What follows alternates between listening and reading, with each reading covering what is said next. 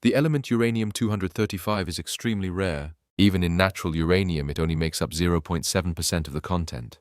Throughout the long course of history, it lay dormant for millennia. It wasn't until 1942 that scientists from the American Manhattan Project discovered its immense potential. The fission reaction it produces created the most terrifying weapon known to mankind. The Tsar Bomba is the most powerful nuclear weapon ever detonated by humans. It weighed only 27 tons, but its explosive yield was equivalent to 50 million tons of TNT explosives.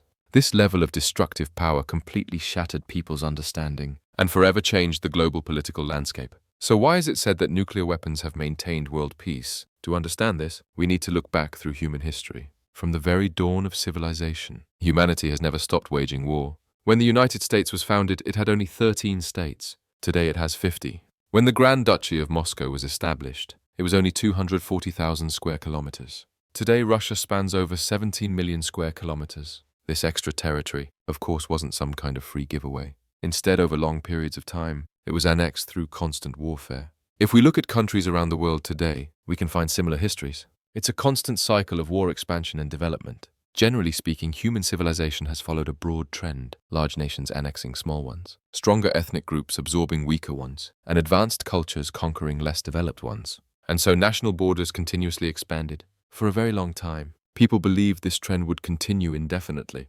That's why in many old science fiction novels, people would imagine that eventually the world would only have a few countries. For instance, all of Asia might become one country. Europe becomes one country. The Americas become one country. Or even the whole planet becomes a single nation. This trend of outward expansion was really obvious during the two world wars. It was very clear. The major powers waged war to carve up the world, grabbing more territory, people and resources. But that trend came to a screeching halt after World War II. Today, our world still has over 200 countries, and countries aren't really being annexed anymore. And nuclear bombs played a huge role in that. I mean, just think about it. If the United States was the only country in the world with nuclear weapons, would they use them? Well, history has already given us the answer. Not only would they use them, they'd use them without a second thought. In 1945, Japan's defeat was already a sure thing. But to minimize its own casualties and speed up Japan's surrender, the US dropped 2 atomic bombs on Hiroshima and Nagasaki. It was a display of the immense power of the bomb, and it shook the entire world. You could say that at that moment, the United States had achieved nuclear deterrence over the entire planet. Not a single country wasn't living in America's shadow. The US was like the only guy with a gun. They didn't even have to actually fire it. All they had to do was show it tucked into their waistband, and they could intimidate any other nation. When only one country has the bomb, the scales of power are completely thrown off. To create a counterbalance to the US, the Soviet Union sent out tons of spies to infiltrate the Manhattan Project, and they got their hands on a lot of critical intelligence. At the same time, they lulled the US into a false sense of security on the diplomatic front, making them believe it would take the Soviets a long time to develop an atomic bomb of their own. And this led to a pretty ironic moment in history. Just 4 days before the US dropped the bomb on Japan, at the Potsdam Conference, Truman, who had just become president, told Stalin that the United States already had the atomic bomb. But Stalin acted completely calm. Truman was incredibly surprised by this, thinking Stalin didn't even know what he was talking about. But in reality, Stalin had known about the Manhattan Project for a long time. Ironically, it was Truman who, before becoming president, knew nothing about the Manhattan Project. It's a pretty stark irony. On August 29, 1949, the Soviet Union suddenly detonated its own self-developed atomic bomb. On that day, the scales of power were balanced once again. The Soviet Union and the United States had established mutual deterrence. So what is mutual deterrence? Before the atomic bomb was invented, the most powerful weapon humanity had could at best destroy a single building with one shot. It was like 2 people fighting with their bare hands. It's gonna hurt when you fight, sure, but it's not going to be fatal. But a single nuclear bomb can destroy an entire city. It's as if both people were holding pistols. They'd actually be afraid to start a fight because they don't want to lose their own life in the process. Both of them might act like they're about to shoot, but neither one dares to make a move. That is mutual deterrence. The fundamental logic of nuclear deterrence is, if you dare to do it, so do I.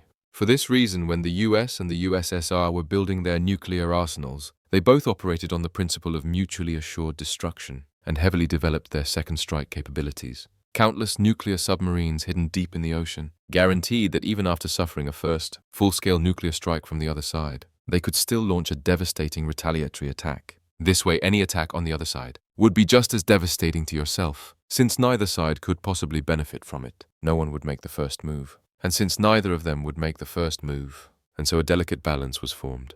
This is also why during the Cold War, both sides had numerous close calls, nearly sparking a full-blown nuclear war.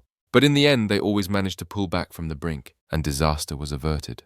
And ever since then, even though the number of nuclear-armed countries has grown, this fundamental principle has not changed. Everyone has come to an agreement. There are no winners in a nuclear war. Let me also give you another angle to think about this from, and that's the perspective of the decision makers. Before the atomic bomb was invented, conflicts were always fought on the front lines. The commanders calling the shots from the rear, like generals and presidents, rarely had to worry about their own lives. But nuclear war is different. The moment a nuclear war is launched, places like command headquarters and capital cities are often the very first targets. And even if you aren't killed in the blast, nobody wants to deal with lethal levels of radiation while spending the rest of their life in a dark, sunless underground bunker. This forces the decision makers before they make a move, even if they're only thinking about their own self-interest, to think and choose with extreme caution.